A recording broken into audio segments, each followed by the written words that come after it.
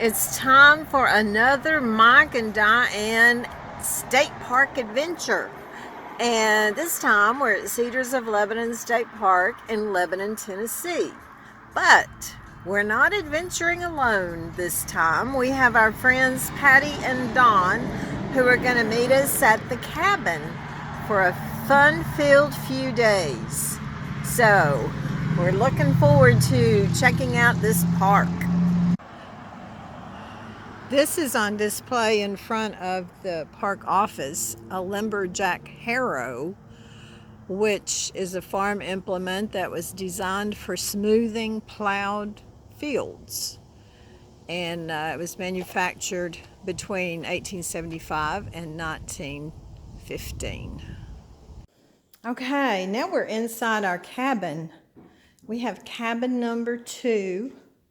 And kind of working backwards because I came upstairs, and there's this cute little loft alcove for kids, twin bed and a little table and chairs, and then bedroom with a king size bed.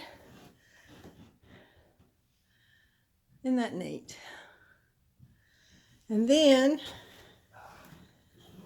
we look off into the living room, and over here we look down into the kitchen.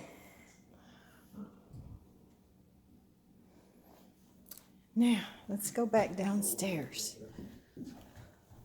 I'll go up there. Get the lay of the architecture. Sure, I'm glad you guys can make it. Yeah, this is. Hi, Mike and Dawn. How are y'all? Ma'am, my name is Charlie. Hi, Charlie. Nice to meet you, ma'am. Can I have the rest of my $20 now? I'm sorry I got your name wrong there, but hey. We'll just make it 25 then, ma'am. Okay. Now, we are in the living room, and we have a really nice rustic dining table and chairs. And the kitchen. I'm not sure I've ever seen it. And now, oh, we got another bedroom down here. This is the bedroom with a queen size bed on the first floor, and the bathroom. We have a nice little cabinet with the TV, so we have lots of storage space. And let's go outside and look at the front of the cabin. There's the one across the street. There's the one beside us. And here is the front porch, which is shaded and just absolutely so nice and peaceful. Rocking chairs. Oh, this is going to be so delightful for the next few days. Right here at the edge of the forest. We're surrounded by forest. There's the front door. So, Patty's not here. I can't get a picture of her yet. She went to the store. So, I'll have to wait till she comes back and then do some more cabin filming. Mike and Dawn having some after dinner conversation. Patty and I are about to go for a walk. The first hike we're going on this morning is the Limestone Sink Self-Guided Nature Trail, half-mile loop. It was actually built by some Eagle Scouts. There's a sign right over there with appreciation for the people who helped with the Eagle Project. So this should be a fairly easy, nice trail. We are now walking on the Limestone Sink Trail. It's a very easy, nice, pleasant trail with all the birds singing. We're breathing the poison air is what we're doing. I'm blowing my nose. It's not poison air. This is good, clean air. See all these trees cleaning the air? Pollen. Yeah, well, that too. Anyway, this is one of the very easy trails here that we're enjoying. And we'll see what other trails we can find as the day goes on. I think I see why they call this trail the Limestone Sink Trail. Because it does sink quite a ways down there. Gotcha, go ahead. Patty's holding my back just in case I slip, because it would be a fur piece. If your phone goes down there, it's just gone. That's right. I better move back. But no doubt, this would be why it's called Limestone Sink Trail. This is where your spouse gets rid of you. Oh no! Let's get ahead of them. I've heard of knots on a tree, but I think this one takes the cake. It pretty much goes all the way around, and it is humongous. The guys are up there checking it out up close. Here's the view of the sink from the other side, and it looks like if you so desired, you could walk down there with the different rocks and roots forming steps, and you could check it out. There's probably a cave down there, right? Did y'all see a cave? Don, did you see a cave down there? It looked like it, but I don't think so. Oh. Come over here. You can see right down in there. Is yes. he saying you can't do it? Let him tell you what to do. We're looking at this limestone rock wall over here, and I'm wondering if it's a cave that we could crawl up under and I'm sure you could. And you could maybe that. Get to a bigger hole. You don't have enough insurance on me to send me that down there. Do y'all understand what spelunking is? Yes, Caving? and I'm not into that. Do you realize that sometimes people will go through something that is so tight that they... Yes, I can't imagine. I'm claustrophobic. I didn't say I wanted to. I just said you probably could. Here's a nice big cave. It's just not very deep back in there. But as Dawn noticed, it looks like somebody has been sheltering in there. Looks like some fire logs. But look, Dawn can walk in there without bending over. Come over there so we can say I've been caving? If you want. Oh, look, Patty's becoming a spelunker. I've been caving now. You're not in there yet. Now you can say it.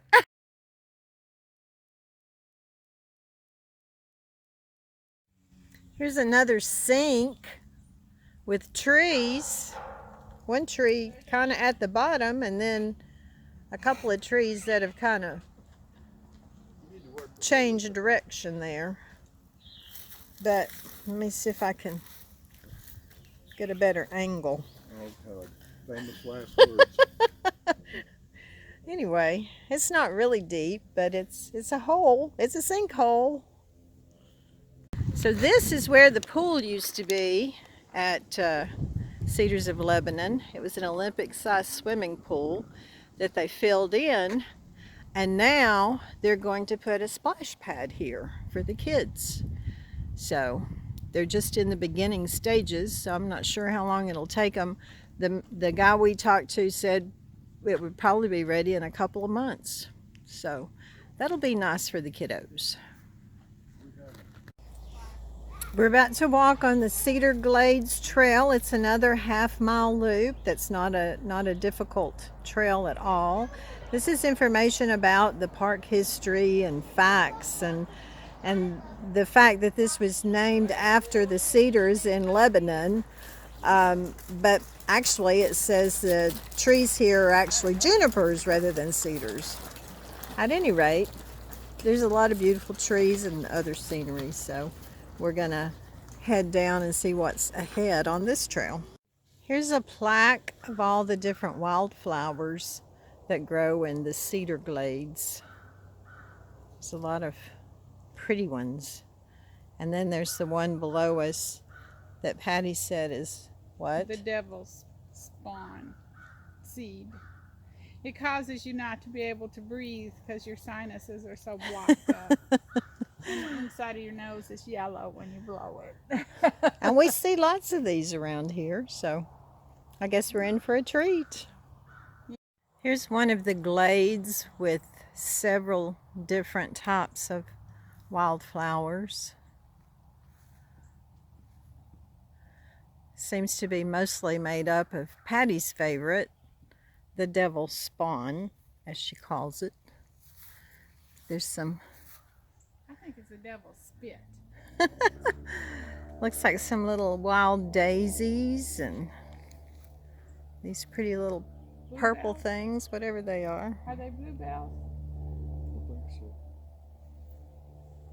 Here's a plaque of the common birds found in and around the glades. What's that red thing right there? Is that Looks like somebody lost a balloon.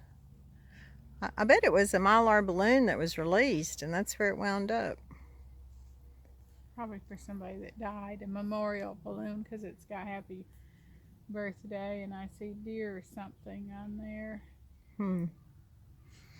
Anyway, there's some screech owls and woodpeckers and mourning dove, cardinals, sparrows, a lot of pretty birds. Blue jay? Redbird. Yeah. Cardinal. This plaque shows what's hopping, running, and flying in the cedar glade. It's a lot of interesting things. We haven't run across any of them yet. No wolf spiders. Yeah, thankfully not that wolf spider.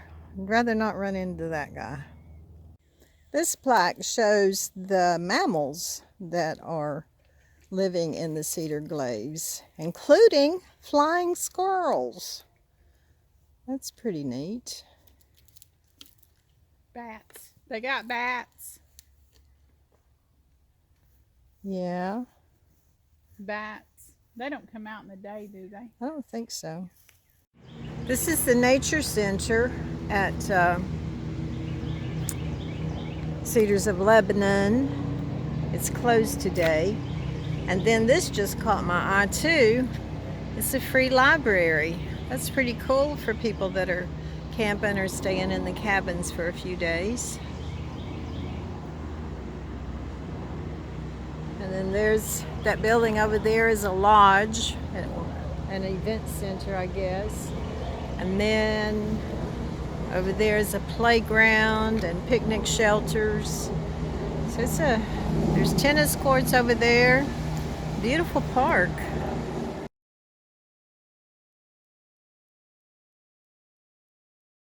This is the butterfly garden that's at the side and behind the Nature Center. And I understand that it's most beautiful in the summertime and attracts all kinds of butterflies. And the garden is maintained by a group of master gardeners. So I expect in another month or so it will be even nicer.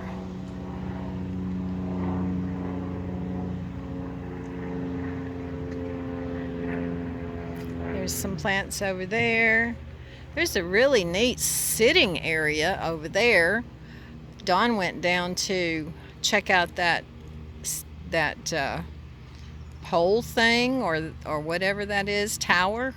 We couldn't figure out what it was, so he went to check that out. And then there's more beautiful flowers on this side.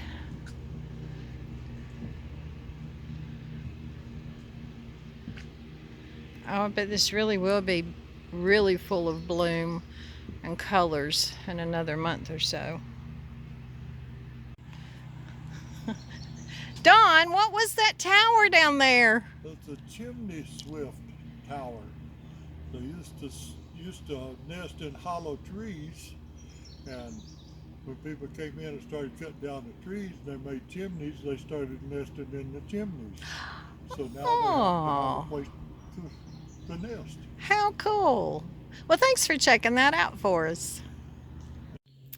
Here we are at a cave.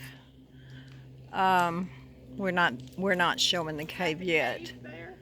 Yeah, I'm just doing going around and showing the walls. And then, and look, Patty's king of the mountain. But there is a cave in the background. It probably has a name, but I can't remember what it was. But it's Cave? I think that's a different one. I think the Hermit Cave's a different one. okay. Well, I don't know if this, I assume it does have a name, but I can't remember what it is if I've read it. Anyway. Do some spelunking. You'd have to lay down and crawl up under there. On those rocks. Yeah. Sharp rocks. Only way I'm gonna crawl up under there is. There's Well, I ain't gonna be there's crawling. something really bad out here. Then I'll crawl up under there. I take my chance. And then there's a We're talking a nice tree little or something. gazebo up there to sit in. Well, they got them little bitty arms so they couldn't get you. So, They got the big teeth. it's really cool. You turn it. That is called Jackson Cave, and it goes way on back up under there and out to different rooms. Oh, You have to register to go in there. cool. So I guess so they'll know that you're in there because you can get lost. But it's closed right now. Well, I guess that's why they have the hose up there at the front that said Cave Clean-Off Center. I guess you get pretty Well, they don't nasty want you in to there. take anything in there that has been in another cave because they have their own little environment. Oh, wow. Yeah, that was on the sign over there. I didn't just know that. Patty and I are hiking now on the Cedar Run Trail. And it's pretty much just an open trail. It seems like we've gone through what I would consider pasture kind of land. And but this is, I guess this trail is specifically for runners. And we just ran into another couple with their dogs that we visited with for probably 10 minutes or more, which was very nice. But From Georgia. They're from Georgia. yeah. But this is not necessarily a trail you would want to do in the heat of the summer during the midday hours because there's not a lot of shade. Got a little bit coming up here, but at any rate, it's a 2-mile trail, and we left the husbands at home this time, and we're just taking our time and enjoying being out in the sun. Here we are in the shade finally. It's so nice through here and so cool. It's just beautiful. I keep looking for the Sasquatch somewhere, but it doesn't seem to be home today. I'm gonna do a 360 because it's like we're standing in the middle of the forest. Back there, of course, is where we came out of the sun, and we're just kind of enjoying the respite of the coolness. It's probably what, 15 degrees cooler standing here than back there. We've got a heavy cover over us. Yes. There are tons of wild blackberries here. Hence, as you can see, these pretty blooms, blackberry winter has just been upon us. And don't see any little blackberries yet, but I bet, what, Patty, a week or two? Yeah, 2 weeks anyway. There'll be plenty. You won't So, be able to walk through here for the bees. yeah. And we probably don't need to get real close right now because we don't want chiggers. Every time I pick wild blackberries, I get chiggers. The Cedar Forest 2-mile loop trail, and I am solo this time because everybody's sore, including me. But I'm not going to finish this trail, but I'm going to walk for a little ways and then just come back. This Cedar Forest Trail is interesting so far. It looks like it's an old paved one lane road that's kind of fallen to pieces, I guess, because it's just kind of dug out with gravels in here. Surely it's not this way on the whole trail. We'll see what happens ahead. Well, obviously that beat up old paved road or paved lane was just kind of the entrance to the trail, because now we're on a trail that is more aptly named Cedar Forest Trail. Just a nice trail through the woods. Great. This is a most tranquil, pleasant trail. There's a soft, gentle breeze, all the birds singing, and nothing but forest that you see in any direction.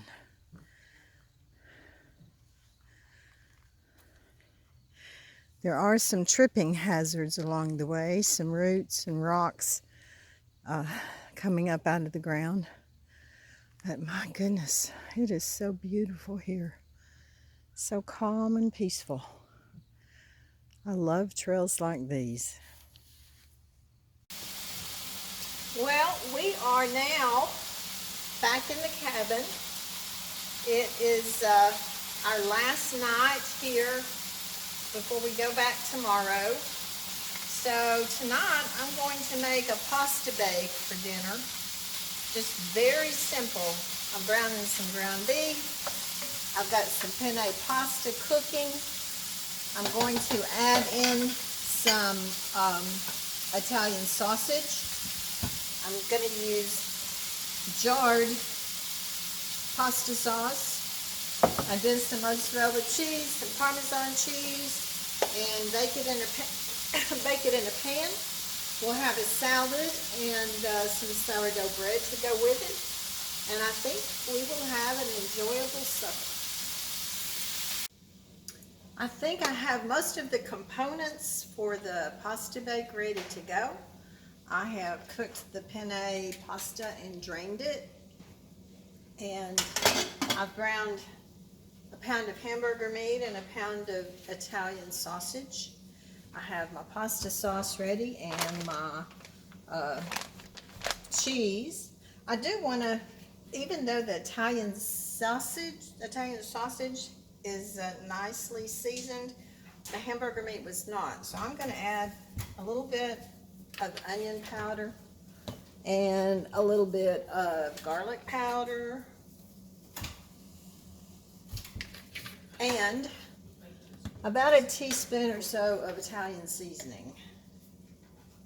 Just sprinkle some of that on there, because I like for things to be Italian food and Mexican food. I like for them to be nicely seasoned. And the pasta sauce, of course, has plenty of seasoning.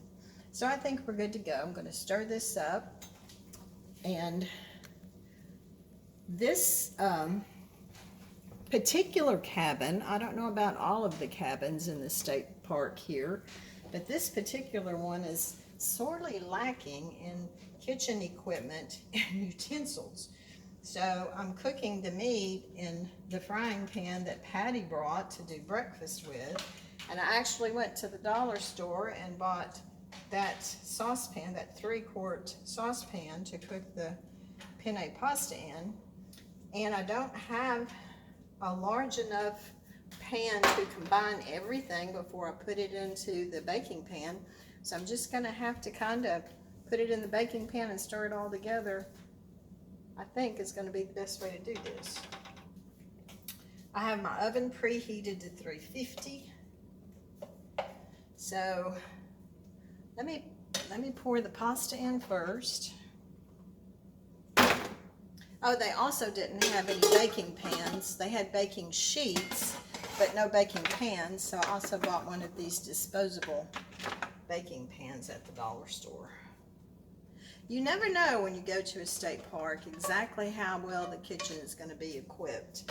You also don't know how much equipment and utensils and stuff that they lose by people taking them with them when they leave.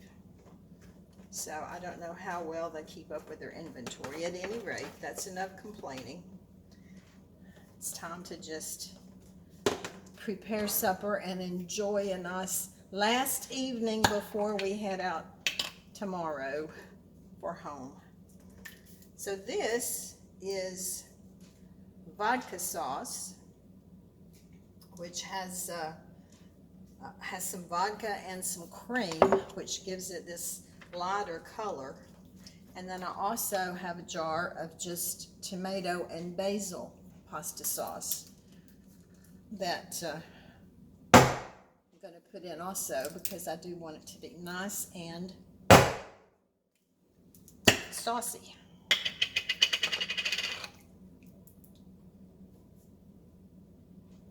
I have a feeling we're going to have leftovers tonight. This is a pretty large pan of pasta for 4 people to eat all of.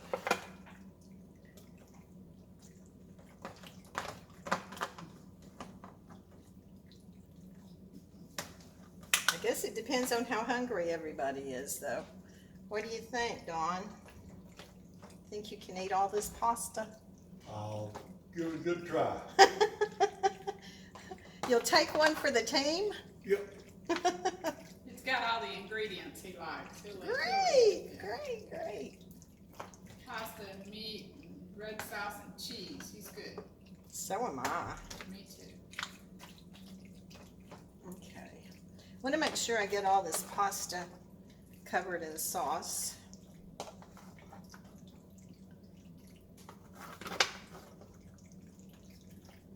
And then, ooh, that looks pretty good, just like it is. Let's put some mozzarella. Actually, I have Italian style cheese, so it's a blend of mozzarella, provolone, romano, asiago, and parmesan.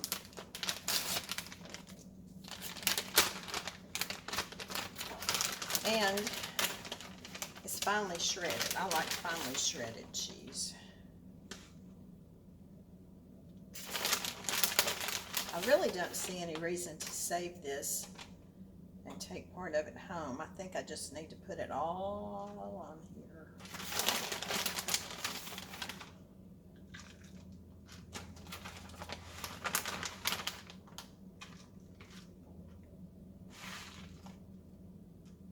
Some of it's a little clumpy, but I can break that up.